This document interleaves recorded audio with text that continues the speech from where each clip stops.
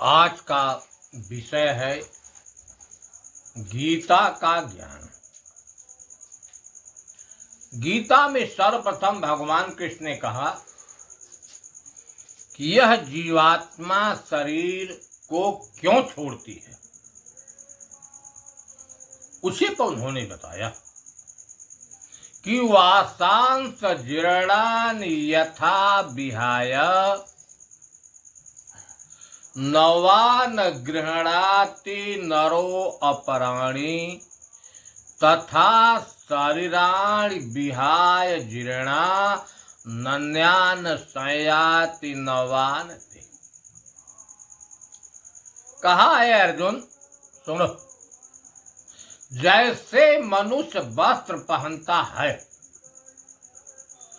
वस्त्र जब खराब हो जाता है, फट जाता है, पहनने योग्य नहीं रह जाता है, तो मनुष्य उसको छोड़ देता है।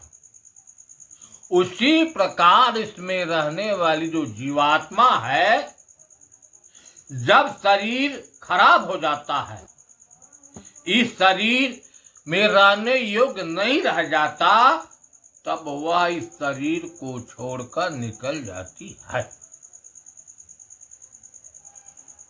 अब देखिए कि यह शरीर का निर्माण कैसे हुआ है। तो उन्होंने क्या कहा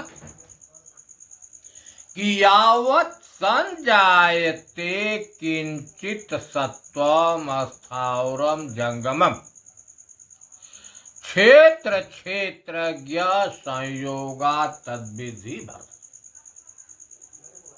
इस सृष्टि में जितने प्राणी हैं,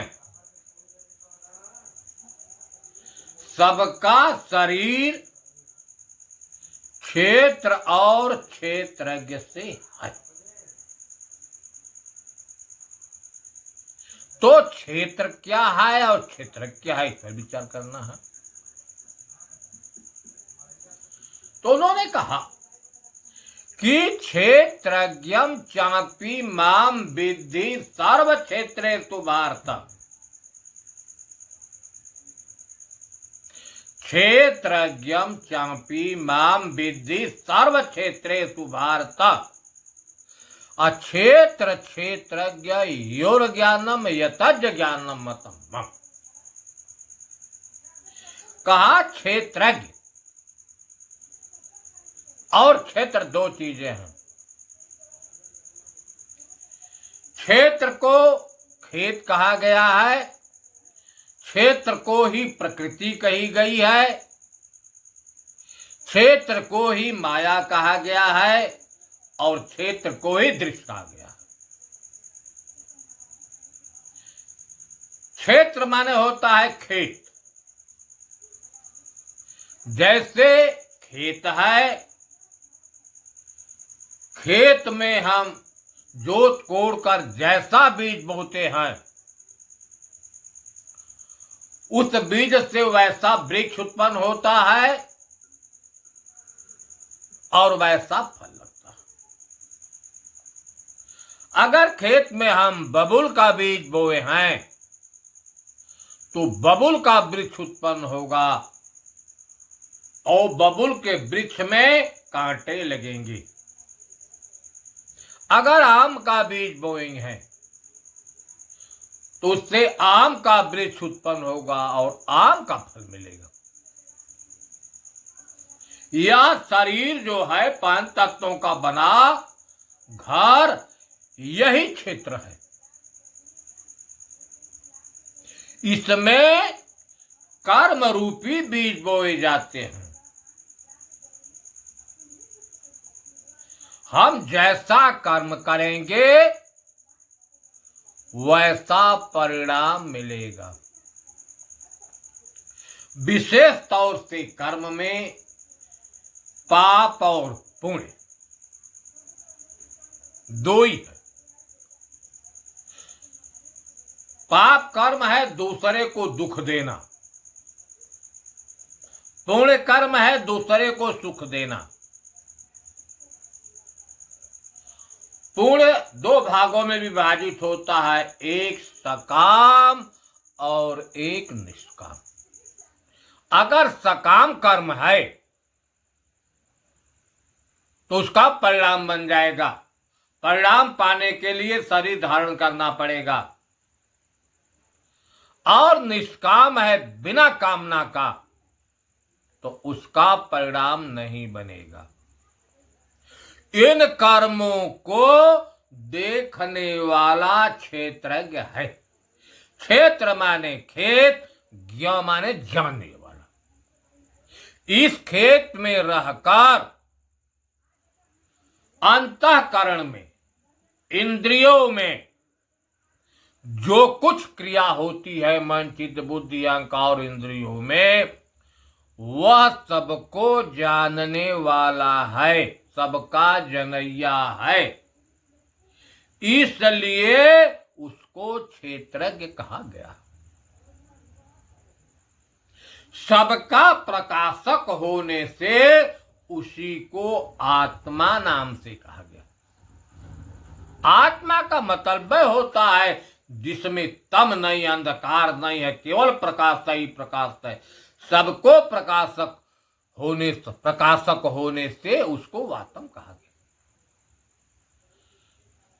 सब उसी की चेतना से चैतन्य है, इसलिए उसी को चेतन भी कहा गया।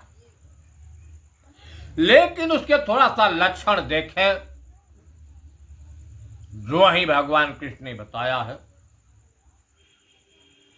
कि नैनम छिंदन्ति शस्त्राणि, नैनम दहति पावकः, न चैनम क्लेदयन्तापो न शोषयति मारुतः। इस आत्मा को, इस क्षेत्रज्ञ को, इस चेतन को, एक ही के अनेक नाम है। शस्त्र नहीं काट सकता, अग्नि नहीं जला सकती, जल इसको नहीं भिगो सकता और हवा उड़ा नहीं सकता। अच्छेदो अयम दाह्यो अयम अक्लेद असोस्योच्च नित्य सर्वगतः आस्थारूण अचलो अयम अयसः।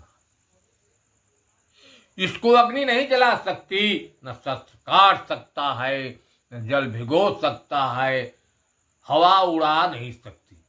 यह स्थिर है, अर्थात चलायमान नहीं है, परिवर्तनशील नहीं,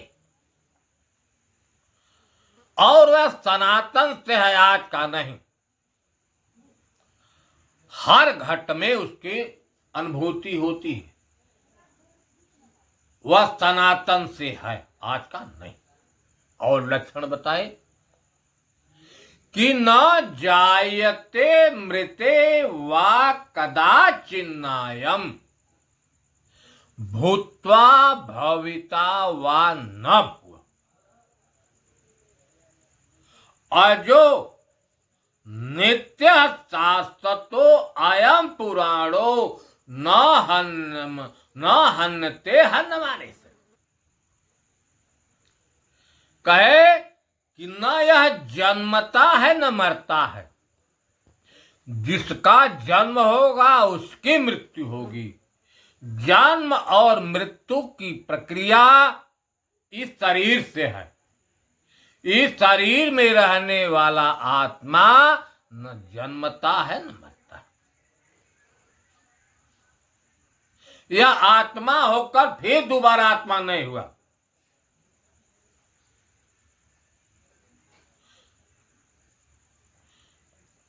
क्योंकि यह अजन्मा है, इसका जन्म नहीं होता। नित्य अर्थात इसका कभी अभाव नहीं हुआ, हमेशा भाव है, भाव है। प्रकृति का कभी भाव कभी अभाव, शाश्वतो हर वक्त है। पुराणों का मतलब है अनादि से है। शरीर के नाश होने से इसका नाश नहीं होता। यह लक्षण है। और लक्षण बताए कि अविनाशी तू तद विधे एन सर्वमिदं ततम् विनाशमव्ययस्वास्व न कश्चित् कर्तुम्। कहे कि आय अर्जुन, अविनाशी केवल एक ही है, प्रकृति परिवर्तनशील है, केवल एक ही अविनाशी है जो सबको व्याप्त करके स्थित है। अर्थात जितने घट हैं सब में वही स्थित है, उसकी अनुभूति घट में ही होती है। उस अविनाशी को नाश करने वाला कोई नहीं है। अव्यक्तो अयम अचिंतयो अयम विकारो अयम। अव्यक्त है अर्थात मन वाणी बुद्धि के परे है। अगर मन वाणी बुद्धि की पहुंच होती तो उसका रंग रूप का वर्णन कर देते, लेकिन मन वाणी बुद्धि के परे है। जितने विकार हैं, काम है, क्रोध है, लोभ है, मोह है, मद है, मत्सर, ईर्ष्या, उसमें रंच मात्र नहीं है। यह विकार जो है अंतःकरण से ही उत्पन्न होता है। जो चेतन की माया है यहीं से उत्पन्न होता है। अब हम आपको थोड़ा दायरा बदल कर कर्म की तरफ ले चलते हैं। उन्होंने कर्म के बारे में क्या बताया है? कहे कि कर्मण्येवाधिकार यस्ते मा फलेषु कदाचन मा कर्म फल हेतु भूर्मा ते संगो अस्त कर्मणि। हर प्राणी का अधिकार कर्म करने में है। कर्म में उसका अधिकार है, कर्म करने वाली उसकी इंद्रियां हैं, लेकिन कर्मों के फल को देने वाला कोई दूसरा है। कर्म के फल में उसका अधिकार नहीं। अगर कर्म के फल में अधिकार होता तो सब अरबपति हो जाते। सबकी चाह है कि हम अरबपति हो जाऊं कर्म करके, लेकिन ऐसा है नहीं। कर्म करने में आपका अधिकार है, फल में नहीं। मां कर्म फल हेतु भूर्मा। और आप जो कर्म कर रहे हैं उस कर्म के फल की इच्छा भी नहीं होनी चाहिए। यही कर्म की फल की इच्छा जो है शरीर धारणे का कारण बन जाएगा। क्यों? कि किसी को भोगने के लिए शरीर धारण करना पड़ेगा। कर्म तो पुण्य किए हैं, लेकिन पुण्य की इच्छा हुई, फल मिलेगा तो भोगेंगे कैसे? शरीर धारण करने का हेतु हो जाएगा। इसलिए जब भी हम आप कर्म करें निष्काम भाव से करें, और जो कर्म करें प्रसन्न मन से करें, निष्काम भाव से करें।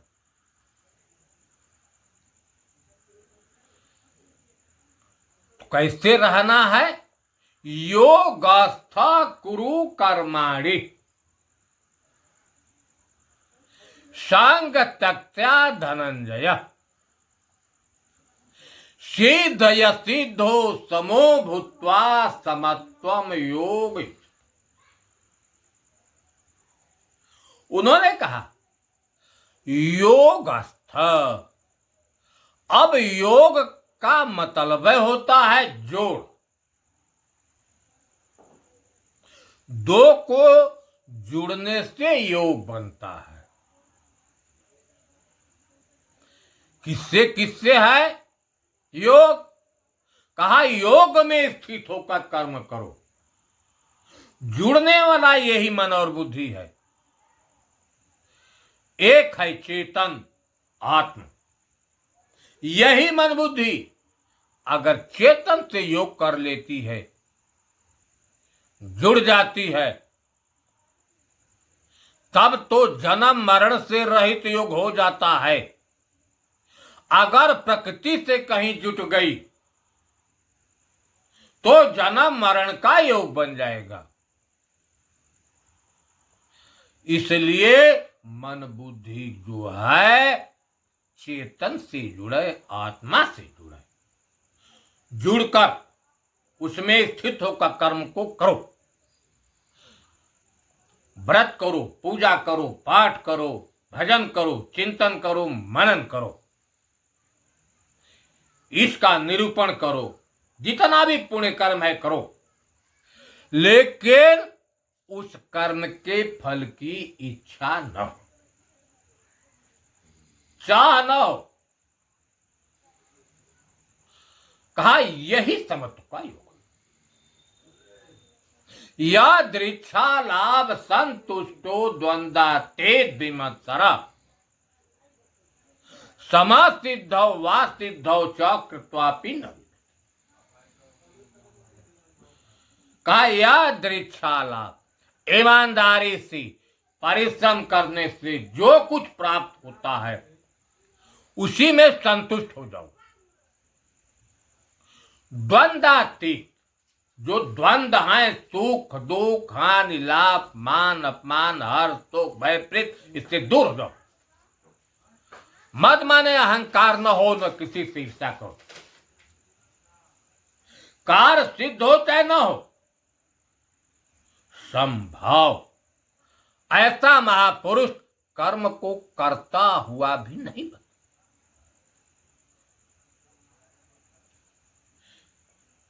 त्यक्त्वा कर्म फलासंग नित्य तृप्तो निराशय कर्मण्यभे प्रवृत्तोपि नैव किंचित करो। क्या त्यक्त्वा कर्म फला, जिन्होंने कर्म के फल को त्याग दिया है, कर्म करता है लेकिन फल की इच्छा नहीं, यदृच्छा लाभ संतुष्ट, जो कुछ प्राप्त हुआ उसी में संतुष्ट है।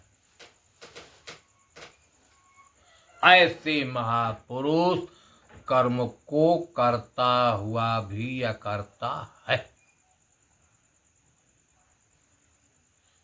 श्रुतवी प्रतिपन्ना ते यदा यथा स्थित निश्चला समाधाव चला बुद्धिस्तम योगम। उन्होंने कहा, अय अर्जुन, बहुत सा श्रुति और पुराणों के सुनने से तेरी बुद्धि यथा स्थित नहीं है, चलायमान है। क्योंकि हर पुराणों में अलग अलग चीजें लिखी गई है। मनुष्य की बुद्धि स्थिर नहीं होती कि यह सत्य है कि यह सत्य है।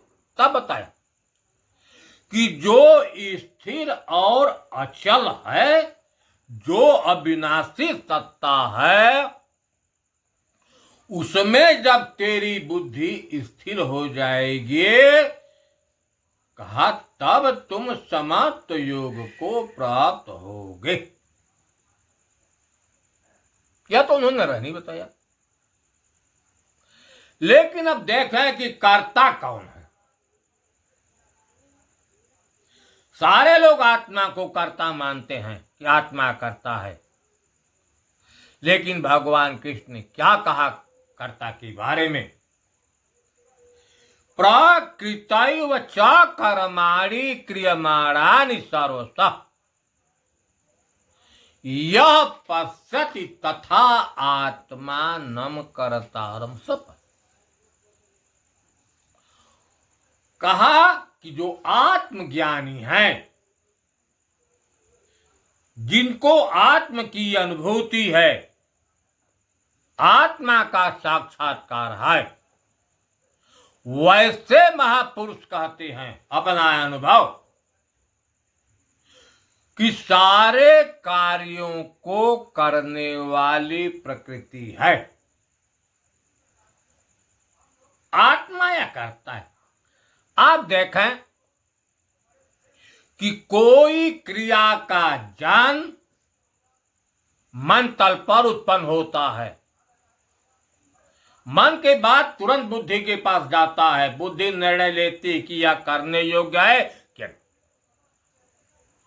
जब बुद्धि निर्णय ले लेती है तब उनको कर्मों को करने वाले हमारी 5 ज्ञानेंद्रियां हैं और 5 कर्मेंद्रियां हैं। कर्म यही करने वाली हैं और इसमें रहने वाला जो चेतन है, आत्मा है, वह साक्षी है, उन कर्मों को देखता है कि यह कर्म कैसे कर रही है। दूसरे जगह बताए कि प्रकृते गुणाय क्रियमाणानि कर्माणि सर्वशः अहंकार विमूढ़ आत्मा कर्ता हमति मन। कहे कि सारे कार्य जो हैं प्रकृति के गुणों के चलते हो रहे। आपने देखा कि प्रकृति का गुण क्या है? सत, रज और तम 3 गुण हैं। जब बुद्धि के अंदर सतो गुण उत्पन्न होते हैं तब वह अच्छा कर्म करता है, ईश्वर का भजन करता है, चिंतन करता है, यज्ञ पूजा पाठ चिंतन मनन, जैसे गुण वैसे कर्म। जब रजोगुण उत्पन्न होता है तो भौतिक जगत की कामना हो जाती है, इच्छा हो जाती है, लोभ हो जाता है, काम वासना जागती है। यह रजोगुण है। जैसे गुण उत्पन्न होंगे वैसे कर्म। जब तमोगुण उत्पन्न होता है, अज्ञान दशा मोह, जो नहीं करने योग्य है वह कार्य होता है, जो अधोगति को ले जाने वाला। तब कहा कि प्रकृते गुणे क्रियमाणानि कर्माणि, जो प्रकृति के गुण हैं, गुणों के चलते सारा कार्य होता है। लेकिन जो अहंकारी हैं, मूढ़ हैं, अज्ञानी हैं, वह आत्मा को कर्ता मान लेते हैं। तीसरे जगह बताए कि नान्यं गुणेभ्यः कर्तारं यदा द्रष्टानुपश्यति अगुणेभ्यश्च परम वेत्ति मद भावम सुवति।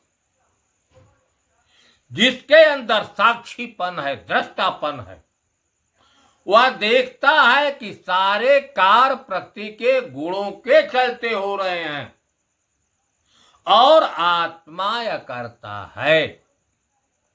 जो वैसा देखता है वही शाश्वत पद को प्राप्त होता है। आपने देखा, भगवान कृष्ण ने बताया कि सारे कार्यों को प्रकृति ही करती धरती है। तो हमारी अब रहनी पर उन्होंने क्या बताया? यह स्वात्मा रतिरेव स्यादात्म तृप्तश्च मानव आत्मनेव च संतुष्ट स कारणभ। कहे कि जो आत्मा में रति है, एकदम लीन है और आत्मा में ही तृप्त है और आत्मा में ही संतुष्ट है, उसको कुछ कार्य नहीं करना, न कोई कार्य बाधित कर सकते हैं। योऽन्तः सुखो अंतरात्मा अंतर्ज्योत सयोगी ब्रह्म निर्वाणम ब्रह्मभूतो अधिगत। कहा कि जो आत्मा में सुख वाला है, आत्मा में शांति वाला, आत्मज्ञान में ही संतुष्ट है, वही योगे निर्वाण ब्रह्म को प्राप्त होता है। एक समय अर्जुन को भगवान ने कृष्ण कहा कि अय अर्जुन, तुमको वह बताने जा रहा हूं जिसको जानकर मनुष्य परम शांति को प्राप्त होता है। तो क्या बताए कि गेयम यद प्रवक्ष्यामि यद ज्ञात्वा मृतं सुते अनादिमत परम ब्रह्म ना सत्य ना सत्य। कहा अर्जुन, तुमको वह बताने जा रहा हूं जिसको जानकर मनुष्य परम शांति को प्राप्त होता है। तो बताए कि वह ब्रह्म ही है जो अनादि से है और माया से परे है, माया से अलग है। ना सत्य ना सदुच्यते, उसको हम सत्य भी नहीं कह पा रहे हैं और असत्य भी नहीं कह। सर्वतः पाणिपादम सर्वतो वक्ष शिरोमुखम सर्वश्रुति मल्लोके सर्व व्यतिष्ठित सर्वेन्द्रिय गुणाभासम सर्वेन्द्रिय विवर्जित आसक्तिम सर्वभृंचैव निर्गुणम गुण। कहे कि उस परमात्मा को सर्वत्र हाथ पैर है,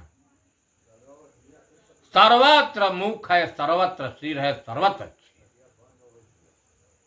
वह सबको व्याप्त करके स्थित है। जितने घट हैं सब में वही है। वह गुणों से परे है और गुणों का प्रकाशक है, वह है ब्रह्म। अब देखिए थोड़ा सा रहनी पर कृष्ण ने कहा कि अर्जुन, मन मना भाव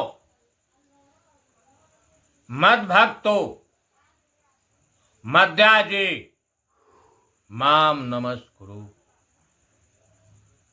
कहा अर्जुन, तुम मन को मुझ में लगाओ, मेरा भक्त बनो, मेरी पूजा करो और मुझको ही नमस्कार करो। उन्होंने मैं शब्द का प्रयोग किया है।